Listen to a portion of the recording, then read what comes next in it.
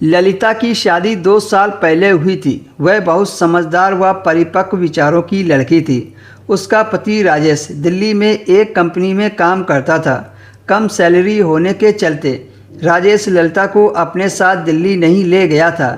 ललिता अभी ससुराल में ही रह रही थी। कुछ पुराना पर खुला खुला बड़ा सा घर किसी पुरानी हवेली की याद दिलाता था। उसमें जेठ जेठानी और उनके 2 छोटे छोटे बच्चे थे। यही थी ललिता की ससुराल। यहाँ उसे किसी भी चीज़ की तकलीफ नहीं थी। बस अपने जेठ का दोगलापन ललिता को जरा खलता था।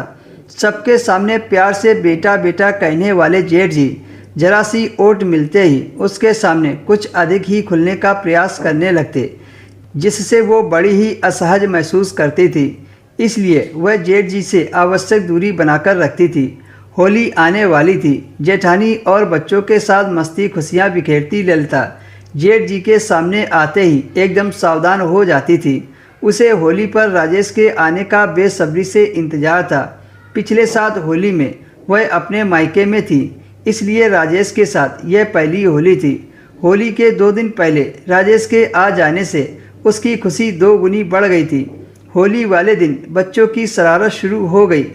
ललिता भी सुबह जल्दी उठकर भाभी के साथ घर के कामों में हाथ बटाने लगी। जल्दी जल्दी हाथ चला। ललिता 10 बजे के बाद मोहल्ले की सारी औरतें घर पर धाबा बोल देंगी। कम से कम खाना पीना बन जाएगा तो खाने की चिंता नहीं रहेगी। जेठानी की बात सुनकर ललिता तेज तेज हाथ चलाने लगी। थोड़ी ही देर में सारे पकवान बना लिए। ललिता ने जेठानी से कहा, भाभी मैं जरा इनको देख आती हूँ, उठे या नहीं। ललिता जब राजेश को उठाने गई तो वहाँ पर राजेश पूरी नींद में सो रहा था। ललिता ने हाथ पकड़कर हिलाते हुए कहा, उठो कब का सवेरा हुआ है। राजेश के जगते ही उसने अपने ऊपर ललिता को खींच लिया और माथे पर चुम्बन करते हुए कहा, हाँ मेरी कट्टू गिलहरी, उठ रहा हूँ। ललिता राजेश के पास से जब वापस आ रही थी कि तभी उसके जेठ ने हाथ पकड़कर अपने कमरे में खींच लिया। ललिता जेठ से बचने के लिए हाथ छुड़ाने लगी।